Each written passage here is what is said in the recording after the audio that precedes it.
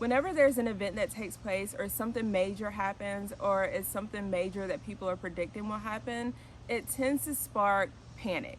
And what that leads to is panic buying. It happens every single time, just like clockwork. Right now, tensions are high. There's a lot going on between Iran and Israel, even though there is a current ceasefire. You never know what will happen. So that has caused panic buying to start over here in the United States because we have inserted ourselves into what's going on, and because they have already retaliated once so far against our military base, we don't know what will happen. There's lots of talk of sleeper cells in the United States. Hey y'all, welcome to the channel, or welcome back. I hope everybody's doing great. Let's get right back into the video. Let's just backtrack for a moment. We're gonna actually call this the year of the unknowns because I feel like that's exactly what it is. We don't know what to expect. It has been quite the year already, and it seems like we're later into the year, but we're only on the 6th month of the year. But we've had, the situations with tariffs. There, of course, have been job losses that have happened. There have been outages at different retailers and things like that. So it's just a lot going on and so much unexpected happening. And if you really think about it, it really is just a lot to digest when things just keep on happening. It's like you don't have time to rest and think and process what's going on before the next event or, situation happens. If you have any question as to whether you should be prepping, the answer is yes. Yes, yes, yes. You should be prepping right now if you have not started. If you have already started prepping, continue prepping and don't let up. It's really safe to say that you don't know what's going to happen, and you don't want to have to rely on, Uncle Sam or other countries. And I'm going to be honest, at this point, who knows that we can even rely on other countries. I know we have bought aid and, food and water and things like that to other countries, but I'm not sure that other countries are equipped, and if they're equipped, if they're even going to want to work with us, because I don't think a lot of people are happy with us right now, as a country. So who knows how that will affect things. So that's another reason why you want to prep. Keep in mind, this is something that I've said over the years on many videos of mine. The grocery stores only have an average of about 3 days worth of food in that store. If you go in your store, does it look fully stocked? Yes. You might see some holes and gaps. Overall, you're going to see, shelves that are plentiful. They may even have some overstock back in the back room, right? But in the event that anything is happened or something happens, like when we had to shut down a few years ago because of what was happening in the world, a lot of people were flooding to the stores, like buying everything they could. And there weren't limits at that time, but if you're in that situation, you're going to have to, A, fight against many people grabbing food for their families. B, you're going to end up with foods that you really don't want because you're going to grab what's on the shelf because you need food to survive. And that food may be higher priced, because I know, like, when that happened, there was a lot of lamb and those meats that were left behind because they were the pricier meats. So there might be meats for you, but they're going to be the higher priced meats. So you have to take that in consideration, and you want to stay ahead as possible. And that's the reason why we prep, and you buy a little bit by little bit. You don't have to go and buy $200 worth of food. You can buy $20 worth of food, $5, just whatever you can do on your budget. Can stores order more food? Absolutely, but depending on the situation and the reason why people are panic buying, they may have to close. They may have to close for safety reasons. They may have to close because they can't get the food stocked within a reasonable amount of time. Again, you never know what the situation is, and just like Whole Foods a couple of weeks ago, they had empty shelves throughout some of their stores and empty coolers because their distributor had a cyber attack happen. And you don't know when that will happen and if that will happen and how that will affect the store's ability to be able to replenish their stock. Keep in mind, you can only survive just 2 to 3 days without water.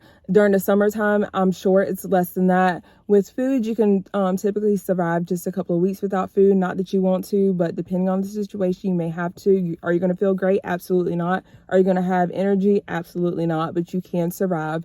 Now, that is depending on the situation. Have I personally seen people go past 2, 3, 4 weeks without food? Yes, but the situation was completely different. In the line of work that I have previously done, people have actually survived 4, 5, 6 weeks without food. Again, that situation is typically different because during the active process of passing away, your body does not need food to survive. I know a lot of times it's hard for people, and this is getting a little bit off track. I know a lot of times when people have loved ones that are, sick and, you know, dying and things like that, they always want to give them food because that's naturally what we want to do when we see a loved one not eating for 2 and 3 days. But you at that point in the process, you just don't need food. With that being said, we're going to jump over to hurricane season. Please do not forget that we are currently in hurricane season. Hurricane season started on June the 1st and runs through November. Just because you're not hearing talks about hurricanes right now or tropical storms, don't let anything like this catch you off guard. We know it happens. Seasons, I think they typically ramp up like once we're going towards like that fall, like August, September, October period. But again, make sure you have a house full of basic things like water, food, medications, things like that, because these items sell out every single year. Toilet tissue, paper towels, water, those are the top 3 things I feel like, in my personal opinion, that go anytime after a storm. Even if you order online, like on Sam's and Costco's and things like that, those stores don't have the delivery or shipping available to your home because a lot of times big corporations and people are buying those to get sent to disaster areas. So keep that in mind and stay ahead of the game. Please know that the weather is still unpredictable and it will continue to be unpredictable. We have seen that for months in the last couple of years. You never know what's going to happen. Just this past weekend on Lake Tahoe, several people lost their life on Lake Tahoe this weekend. Beautiful day. A storm comes through and they had waves. The waves actually looked like they were in the ocean. Like, had they not said it was Lake Tahoe, I would have absolutely thought they were on an ocean with the waves that they were getting. And a boat ended up capsizing, and a couple of hours later it was clear and sunny out. I want to say they mentioned snow too, if I'm not mistaken. I want to say they may have said something about snow at Lake Tahoe that day when that was happening too.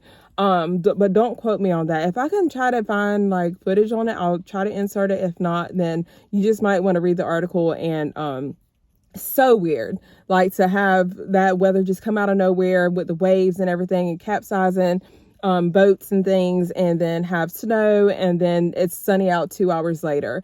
But that just shows you how unpredictable the weather is. So we have to stay vigilant and aware. I want you guys to please stock up, continue to stock up. If you have not started stocking up, I have videos in the past where I show you guys how to shop on a budget, like Dollar Tree and things like that. Do what you can do on your budget. Don't make you feel bad for where you shop, or, you know, how you shop or how much you're spending, because at the end of the day, you and you only are responsible for providing for your family, and you want to make sure that you're staying within your means, living below your means. Don't try to keep up with the Joneses. Don't go out maxing out credit cards and things like that. Because that is definitely detrimental. I'm sure you guys are seeing a lot of people who are having issues because they have done that in the past. Nothing wrong with the credit card for emergencies and things like that, but just buying frivolous things and just things that you don't need, you know, it's just not worth it, y'all. So I'm going to go ahead and wrap this video up. Take care, stay safe, and I will see you guys in the next video.